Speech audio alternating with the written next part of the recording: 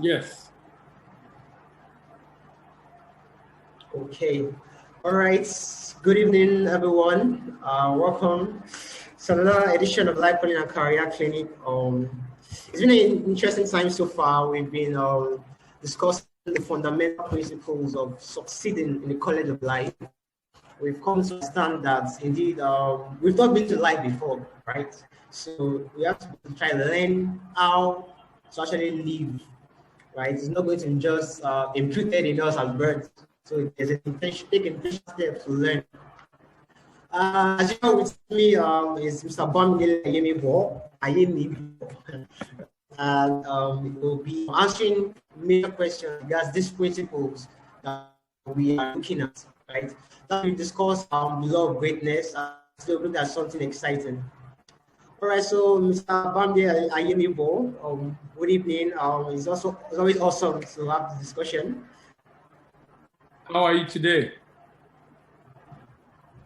Fine, thank you. Quite good, sir. Last week we discussed the law of greatness, and we're able to see things from a different perspective. Actually, the was what I call the inverse relation. The fact that the way up is down, right? The fact that greatness has a lot to do with service. So, initially greatness, you're always thinking of getting to that position whereby you are, working with a lot of people. But indeed, the step to get there is by what? Service to mankind, service. In the fundamental principles for succeeding in the period of life. And this is principle number 17 today. Principle number 17 is the law of the choosing few.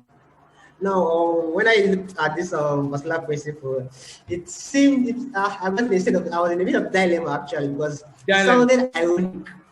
So I'll read out the principle itself first. Wait, before you read it out, why? Okay. The principle says because when you say the principle of choosing few, and I'm not reading the law states, it seems to be a bit kind of like inverse. That's why I want to read out the principle first. So you just appreciate that as well. All right. Okay.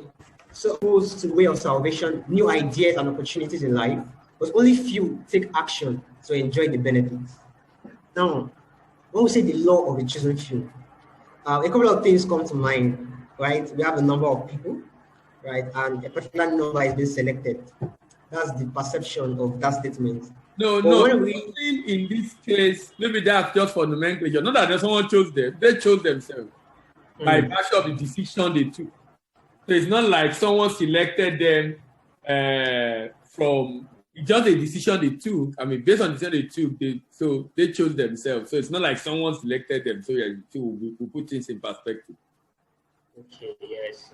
So I was saying, this. I'd like us to start from this perspective. Actually, people have this idea of what they call predestination, and they have a particular understanding of the word destiny, where they believe that before you were born, this is where you're meant to be, and what will be will be. You understand?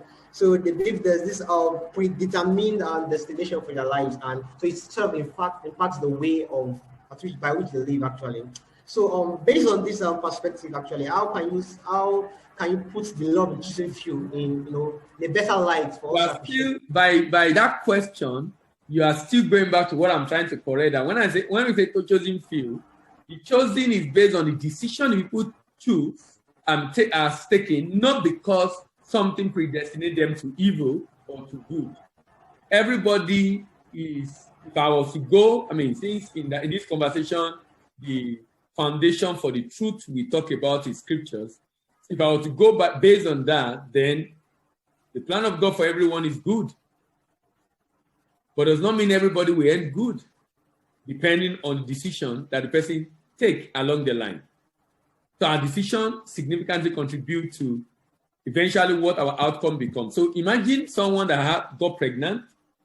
That pregnancy, by natural course of nature, it should take 9 months, and the child should be born complete, without any deformity, without any issue.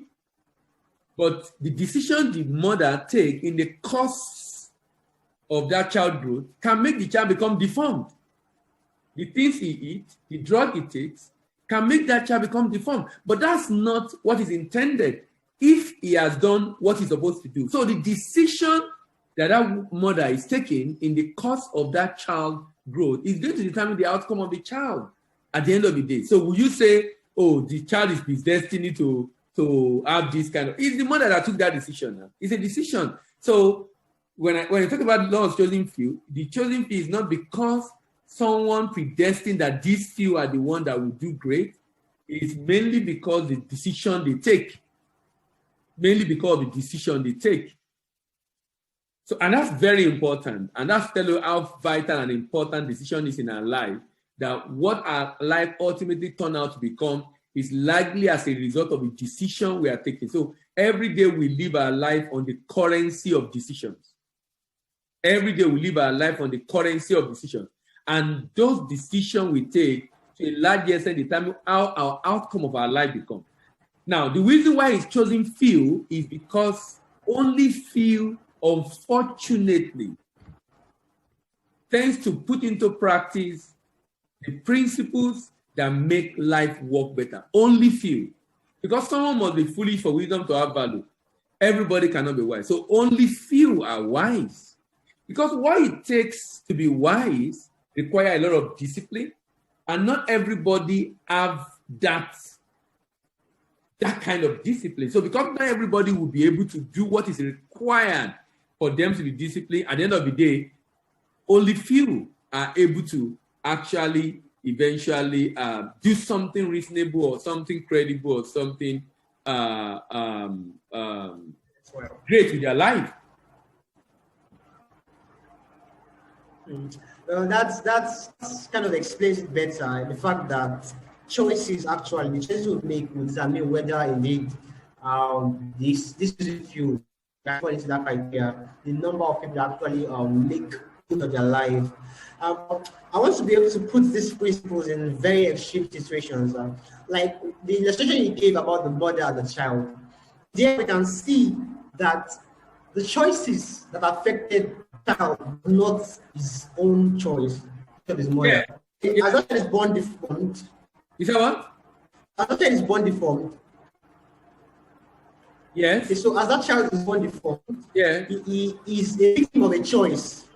A victim of a choice. And we have so many situations like that in our time. Okay. Yes. So we have some, like, let's use the pandemic instance. People might get infected with the COVID-19 virus, and I mean, 8 billion people in the world. Why me? I mean, not everybody got infected. I mean, I'm just this gathering. Why am I the only one? So people question certain situations when a choice don't directly, when they bear the circumstances of choice that other people make. But from what we can see so far, it's about choice of humans being in this. And so I want us to be able to put this principle in very extreme situations like that. In that kind of condition, the law of the choosing few, how do we put it in perspective? Now, when you talk about law of choosing few, remember, read the law again. Read it again so you can hear what he says. He says what? He says that many are usually exposed to way of salvation, new ideas. Hold on. So that means everybody have an opportunity. Everybody has an opportunity. What they make of that opportunity is what determines the outcome. But they're all exposed to it. It's not like someone chose them and separate them. They are all exposed to it. What they make of it is what determines the outcome of their life. Everybody's exposed to the opportunity. So it's very important you look at the fact that everybody have their own chance, but not everybody will use their chance well.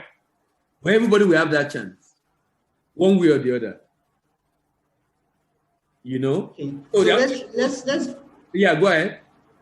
So let's put that chance in perspective because maybe we have the chance, right? Chance of achieving certain things in life. Different opportunities will come our way in life, and whatever we make of it is going to determine who we are. Preparation, right?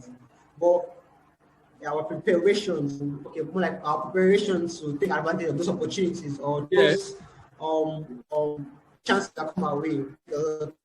So, but the question I asked initially, like that child, that newborn baby, he didn't have the opportunity to choose whether he wants to be born deformed or not.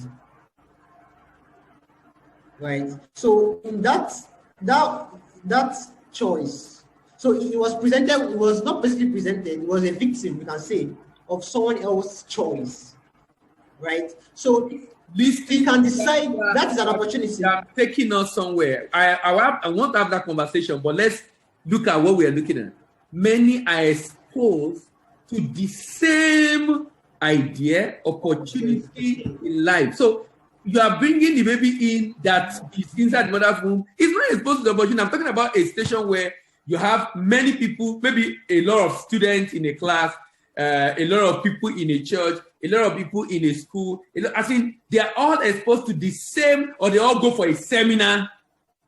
But what happened at the end of the day? That's what we're talking about here. You are still going back to the choice that mother of that child made. That's a different conversation altogether. I use that example to let you understand the fact that that child will have, so the way you will have painted that is that 2 women, 3 women, 4 women living under the same circumstances and situation, got pregnant at the same time.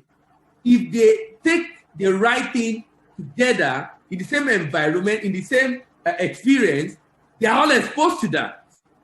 Do you understand? So if they are all exposed to that and they have the information of how to live in that period, and they all adhere to it, they will most likely all come out with the same outcome with the child. That's the way you should look at it. That's the way you should look at it.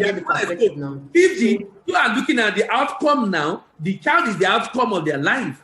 So you are looking at that outcome, and what happened to that outcome, and see that outcome to decision. You are looking at that outcome. Look at the people that took that decision, the information they were exposed to before they took that decision. That's the way you should look at it. If you look at it from that perspective, then you look at many pregnant women exposed to information on how to live within that period. Some took the decision, some did not take that way. That's the way you have to look at it. But we're not even looking at, in this case now, we're looking at life situation as in, so you'll be looking at individuals, maybe students in the same class, maybe adults in the same organization, working in the same organization, maybe girls in the same school, boys in the same school. People that have at some point in life seems to be on the same level, having access to the same information, but what happened afterwards, if you understand what I mean. Yes, I think I get it. I get it totally right now. So under defined circumstances, right, we make choices that later on tie up or pile up to become what we end up as becoming in life. Yeah. So the reason why I've been going back, because of life complexities is such that it's most times we're all exposed to different circumstances, different options, different challenges. But so from Love and Children Field, we're able to put this in a particular scope. For example, we have Nigerians, right? So we're all exposed to the same leadership challenge, survival mindset challenges, and different challenges.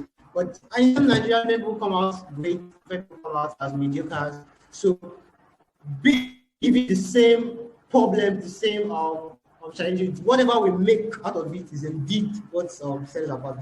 Very, very noted down, sir. Thank you so much for that clarification, sir. So still on looking at some factors actually that make our choices actually difficult to make actually, because knowing that ultimately whatever we become in life is tied to our choices, right? Which I think is the basis for the Love and Children Field, right? Our choices.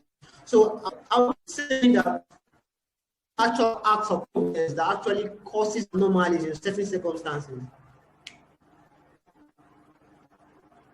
I didn't get that. So I was saying, is there a possibility that there are certain acts of providence that causes certain anomalies under certain conditions? I'll paint a scenario.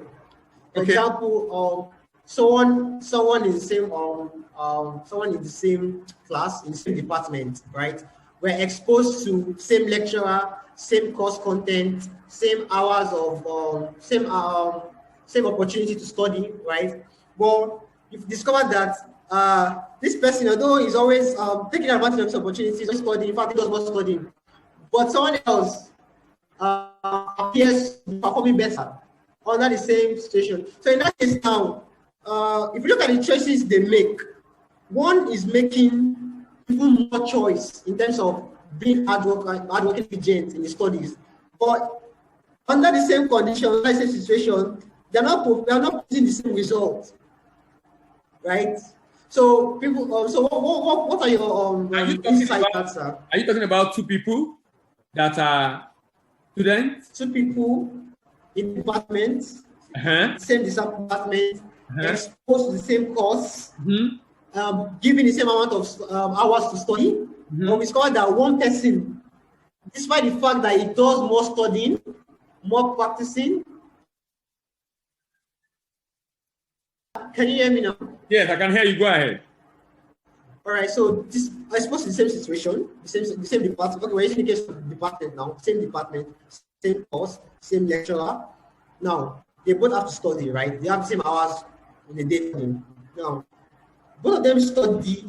Okay, let's study at the same level.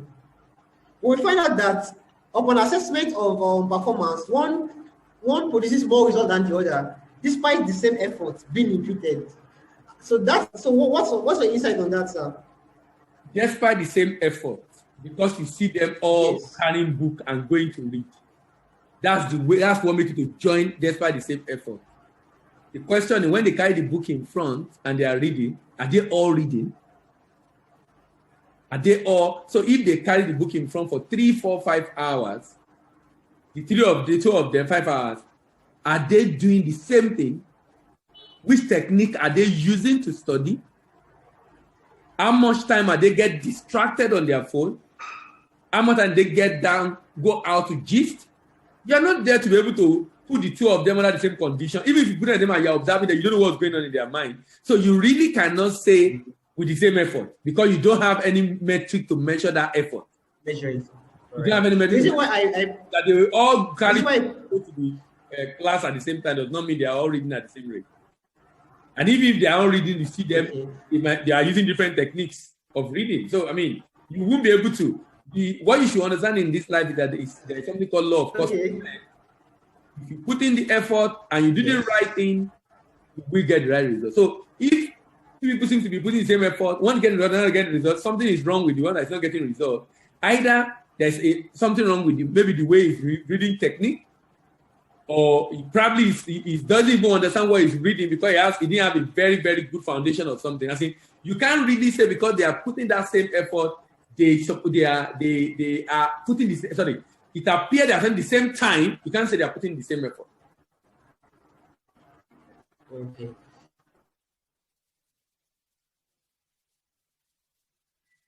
What I think would be good for you to understand is the fact that not everyone is able to put away the childish things.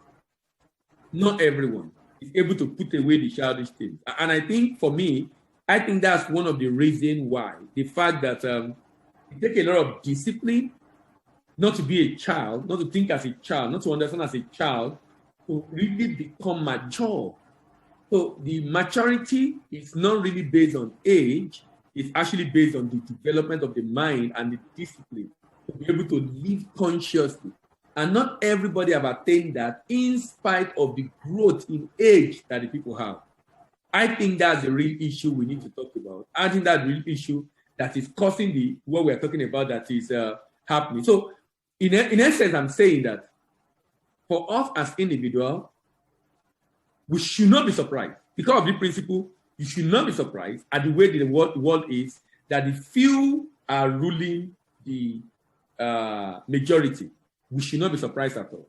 Why should we not be surprised? We should not be surprised because of the law of the chosen few. So, and the reason why I should need to know this law is to now make up my mind that I want to be among those few, that in this life, only few people will be able to. You know, what's interesting, look at this. Look at even in school. Let's assume that school wants to give admission. I'm talking about the way it even happened because there are limited space available per time. The fact that there are limited space available per time, we make, even when they want to choose students in school, they will raise the bar to a level that only few will be chosen. And who are those few? The few that are on the top. The few that are on the top are the few that will be chosen. So what I'm trying to say is that everything in life, there's just a way that, look, everybody cannot be leaders. So somehow, some people will be on the top. And a number of the reasons why, if you see someone that is consistently maintaining that top, you can't be lucky for 10 years. You can't be lucky for 10 years. For you to be constantly appearing lucky, there's something you are doing right. Because some people say, the guy is just lucky. Oh, the lady is just lucky.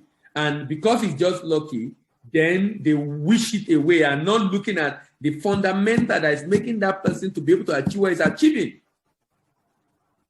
You can't be lucky for all the time. There's definitely something that individual, that organization, that person, that lady has that is doing. And like I said, it's because not everybody is wise, because foolishness is the natural inclination of mankind. It takes a lot of conscious living to be wise. It takes a lot of conscious living to be wise. And I think that's the way we should live. That's the way we should live. And how would that happen? By learning. By learning. By learning. The wise will always be few because foolishness does not require any effort. Foolishness does not require any effort. So the wise will always be few. To be wise requires a lot of effort, a lot of discipline. And since not many people are willing to pay that price, since not many people are willing to pay that price, hence the reason why few people seem to be succeeding. Few people seem to be making effort to put into practice what they've learned. The natural course of nature for mankind is to indulge ourselves, to enjoy ourselves. That's the natural course. That's what comes to us naturally. It takes discipline to go against those natural disposition or inclination. And the few that are able to do it and do it well become different, become outstanding, and that's where the law of choosing few come out from.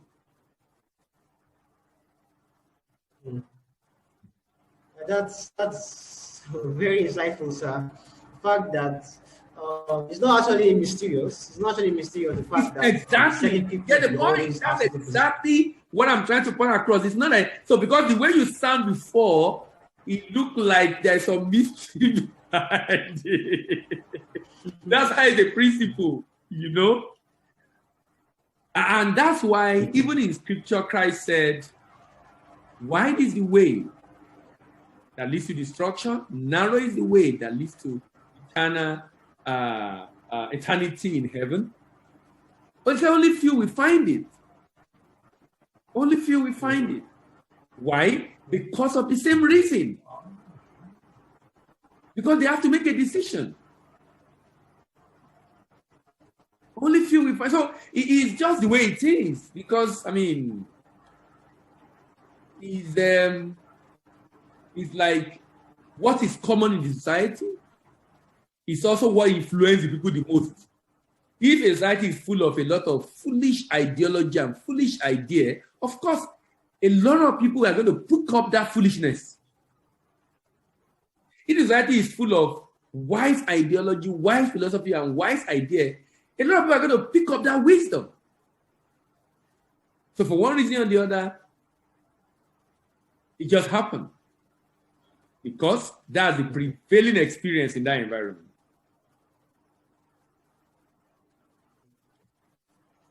Wow, that's that's a very hard nut to swallow. Because the general mindset that society follows us with is the fact that somehow there's this hand of providence that would kind of like supplement. I'm not removing the hand of providence. I'm only saying the providence is fair to all. I'm not removing it. I'm not removing it. I'm only saying everybody will have their chance at whatever level they have. But they are still going to have to make a choice.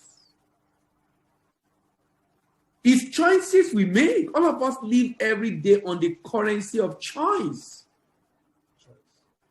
It's choices we make. What we do, what we eat, where we go, how we live. Look, for example, everybody is aware of the fact that a lot of things we eat are not healthy, right? But does that stop people from eating and not eating healthy? It's not stopping them. It's not stopping them. It's not stopping them. Do you understand? It's not stopping them. So what's yes, go ahead.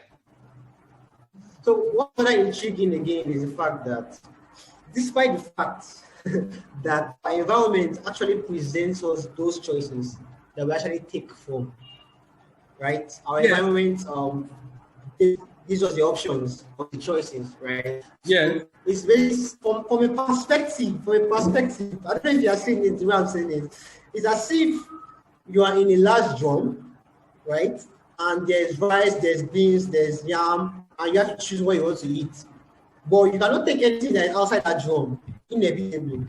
So from that perspective, if you look at the drums as continents, different continents, someone that is brought up in Africa, he has exposed to so many choices, but within Africa, what you can see, what you can think, what you can picture, except he leaves Africa or what's outside Africa comes inside Africa, you cannot even have that option to choose from. Understand? So that's why I'm trying to see. That's why it appears like somehow nuisance and foolishness. True. Even developed environment. Someone give this illustration and said the world, life is like a big house. And with many rooms. There is room of wisdom, there is room of calamity, room of foolishness, room of laziness, room of excellence, room of hard work, room of diligence, different rooms. And you have the key to all the rooms.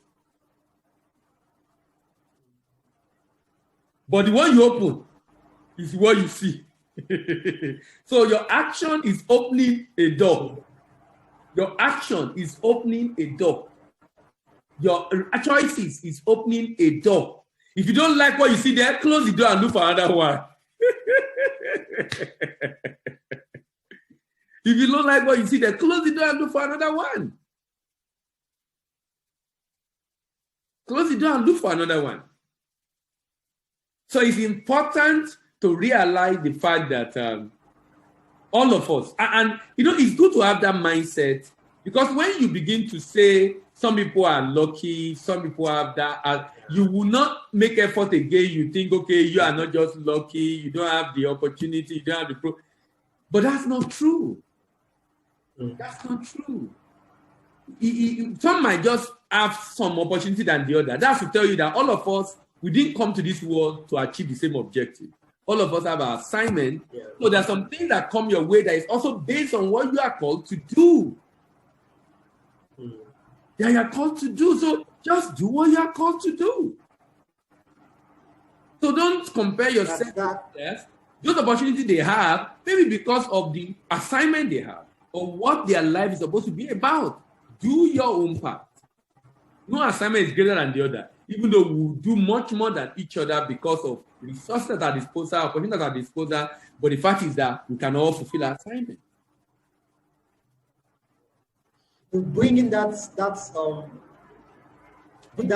into this law of Jesus makes a lot of sense, because once you understand, like you said, your assignment is not the same, right? From that perspective, you know that the resources and the opportunities you have cannot be the same. The life we bring across your way is going to be based on that. It's going to be based on that. So that's why it's so foolish to compare yourself in this life with others. It's so foolish. It's a sign that the person does not even understand life and what life is about and how to live. That's the only reason why you compare yourself with others. You have no basis for comparing yourself with others. No basis. Lord, the chosen few.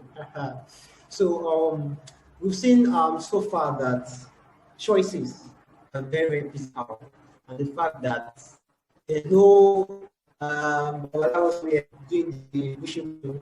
I think some people to the top. I some people to get to the top. It's basically about what you do with your time. What choice are you making? What investment are you making in life? How are you spending your life? What are you doing with your time? What are you doing with the opportunities life has brought actually? So, from the perspective of the fact that everyone has a unique assignment, and you should expect unique opportunities and options to choose from. But inevitably, what you make out of life is tied to what you choose to do with your life. That's a very, very wonderful.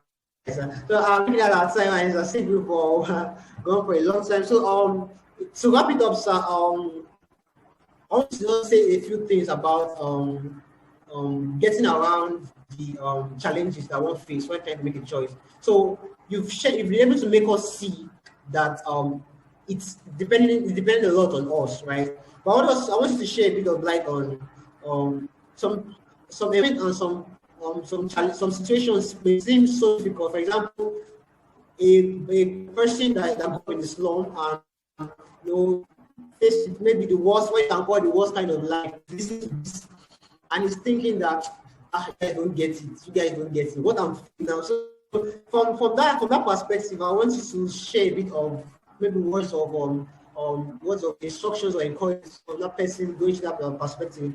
I've been understood. So you now ask understanding and you now ask the opportunity to make a better choice. So, but inside him, because we have to struggle with what he's saying. So, what can you say to kind of like cushion that effect, sir? The most important thing for us as humans is our mindset. If that person is able to imbibe the right mindset, that environment will not be enough to stop it. There are people who might be in that slum and have parents. Some people don't even have parents at all. And they're able to thrive in this life. So that you grow up, you're born in a slum or you don't have opportunity, that will not be an issue. For you to do what you have to do is just to have the right mindset and to embrace the right ideas.